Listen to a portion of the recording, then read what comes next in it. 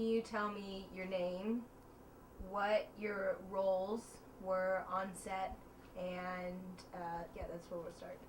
Well, it's great to be here, Candace. My name is Pat Hickey. I was the director and producer and things like that of the film Metal Fist, which has gone on to achieve cult status and a lot of critical acclaim. So I'm very happy and very proud of the people that we worked with on this film.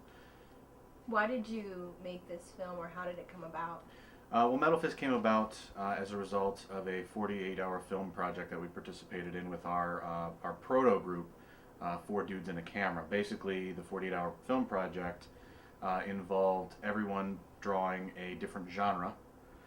For us, it became a road trip or martial arts movie. We ended up going with martial arts movie for obvious reasons. And we had to include the following. We had to include a character named Chris Baudouin, former Olympic athlete. We had to include a cutting board as a prop, and then we had to include the line of dialogue, what am I supposed to do with this? All those things are designed to help prevent people from making their films before throwing in a couple of elements and then calling it a 48-hour film. So with our film, we decided to make it in the vein of a 70s kung fu movie, where we have overdubbed dialogue, overexposed shots, some continuity errors, missing reel, which is a trope of the time, and things like that. And we filmed it over a weekend and got it turned in, and it became the world's greatest film ever. Interesting. So, do you have a background in film? I do. I got my degree in film from the University of Toledo many years ago.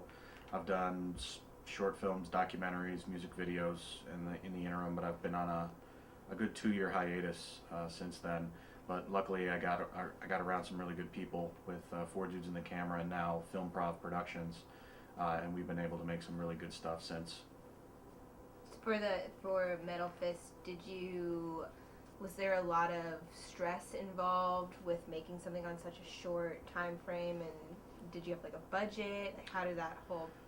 Well, we had a very creative budgeting scheme. One of our producers was very creative in how he got funds. I remember there was a bunch of squirrels on set one time.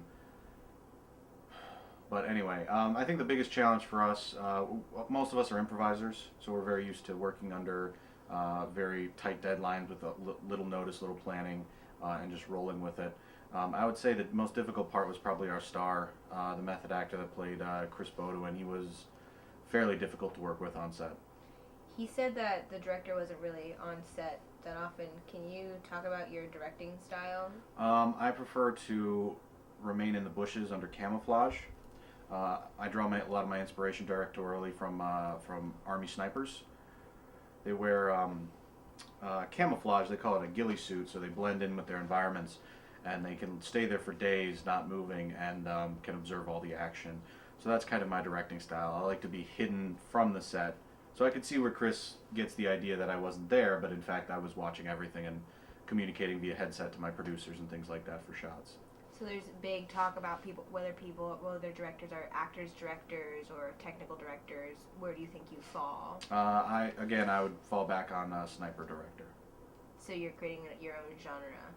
Yes, I like to think the genre just sort of happens as a result of my work. I don't like to put a label on it right away, but I would say that's accurate, yes. So are you yourself an improviser? Yes, I often do things without thinking and without planning, and that's kept me alive so far. So as far as the role of improv in the production process, how did that help or enable you? As far as a director and as far as some maybe the work that you got out of your cast and crew? Well, I would like to say that that improvising is great, specifically for the reasons that we didn't need a script. We didn't have time to write a script, so we just kind of came up with a shot. We said, all right, this is the shot, go shoot it, and we got some really good results out of it. Some good physicality out of Theo, who played our bad guy.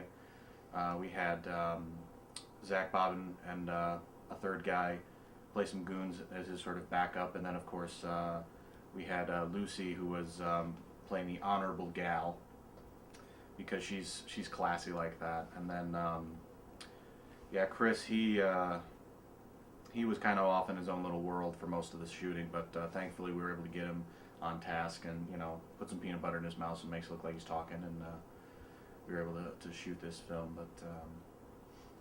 But yeah. As far as the reception of the film at the screening, how do you think people reacted to it? Did it kind of spur any sort of conversation or get across any message?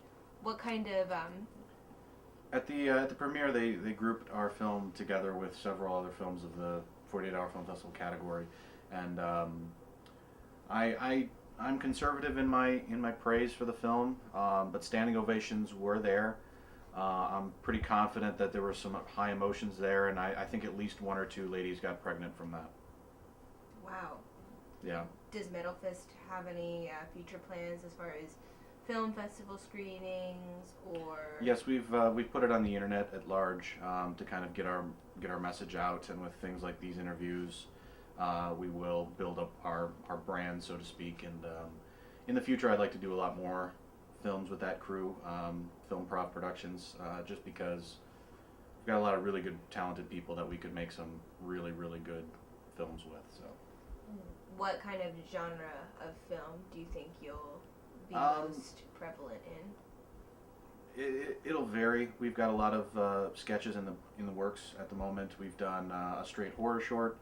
We've done a few documentary things now, and then in the future we will also do some more comedy. Obviously, a few dark comedies, and at least one musical is in the works. Wow.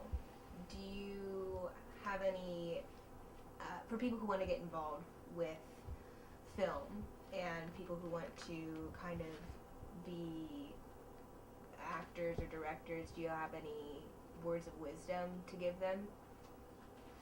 I prefer not to teach. I prefer to create an environment where learning can happen. So if people want to get involved, they just have to follow their hearts, and they'll find us. All right, we'll cut for now. Yeah.